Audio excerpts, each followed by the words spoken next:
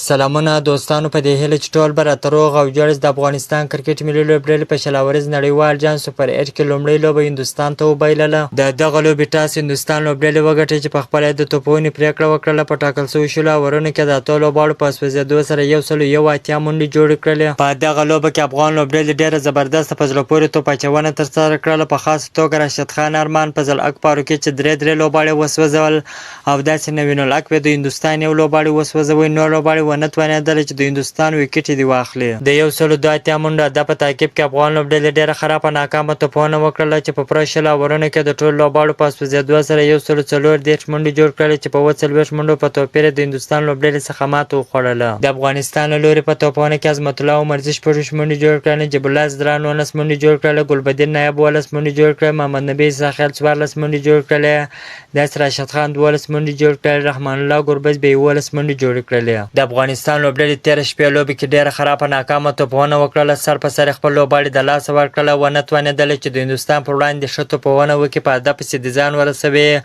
افغان لوبډله که غواړي سیمي فاینل ته لاره پیدا کړي نو استرالیا او بنګلادیش لوبډلو ته باید ماته ورکړي او پر خپله توپونه باندې هم باید ښه کار وکړي. د یادونې وړ چې د افغانستان کرکټ ملي لوبډله د اتو غوره لوبډلو کې به خپله دویمه لوبه د روانې جون میاشتې په 23مه نیټه له استرالیا سره ترسره کوي.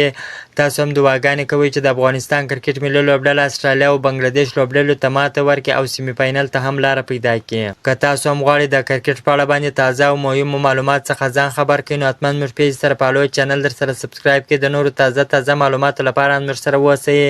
تر بلې ویډیو پورې د الله په امان.